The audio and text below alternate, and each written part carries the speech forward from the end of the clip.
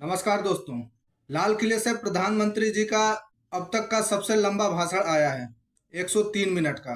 आत्मनिर्भर भारत, स्वदेशी उपयोग, सस्ती दवाइयाँ और भी न जाने किन किन मुद्दों पे बात हुई है। काफ़ी अच्छी बात है, लेकिन सवाल यह है कि क्या ये सब बातें जमीनी हकीकत पर उतर रही हैं या फिर भाषण के साथ साथ हवा में उड़ जा रही हैं। आत्मनिर्भर भारत का सपना नया नहीं है। 2014 से ये वादा सुनते आ रहे हैं हम लोग।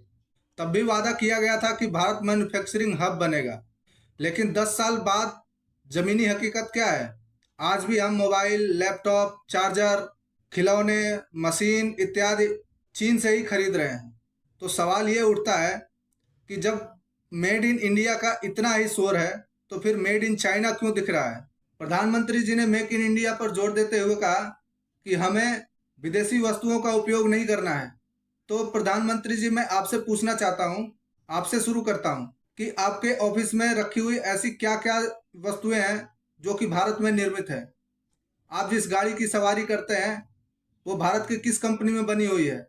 आप जो घड़ी पहनते हैं उस घड़ी को भारत के किस कोने में बनाया गया है?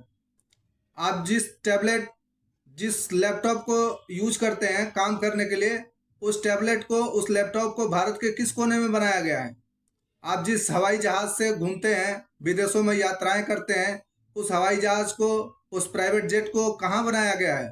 अगर हमारे देश के प्रधानमंत्री मेक इन इंडिया पर बोल रहे हैं, हमारे देश के नागरिकों का ये फर्ज बनता है कि हम अपने प्रधानमंत्री की बातें सुने। ठीक वैसे ही जैसे कोरोना के टाइम पे ताली और थाली बजाने के लिए प्रधानमंत्री जी ने बोला और हमने बजाया भी।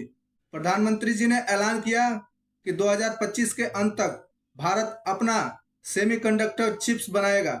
बहुत अच्छी बात है, लेकिन क्या आपको याद है 2021, 2022, 2023 में भी यही वादा सुनने को मिला था?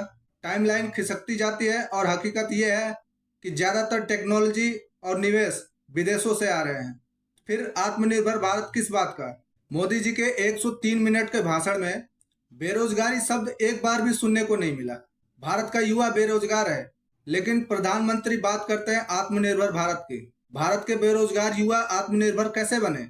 1 लाख से ज्यादा सरकारी पद खाली पड़े हैं, 1 लाख से ज्यादा डिग्रियां धूल चाट रही है, और जो युवा हैं वो परीक्षा के इंतजार में बूढ़े हो रहे हैं। लाल किला गवाह है, आजादी के बाद से कई नेता आए और कई गए, लेकिन इतिहास सिर्फ भाषण याद नहीं रखता, काम याद रखता है।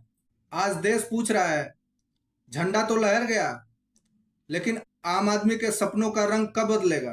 प्रधानमंत्री जी, तिरंगे का सम्मान सिर्फ भाषण से नहीं, रोटी, रोजगार, शिक्षा और न्याय से मिलता है। जय हिंद।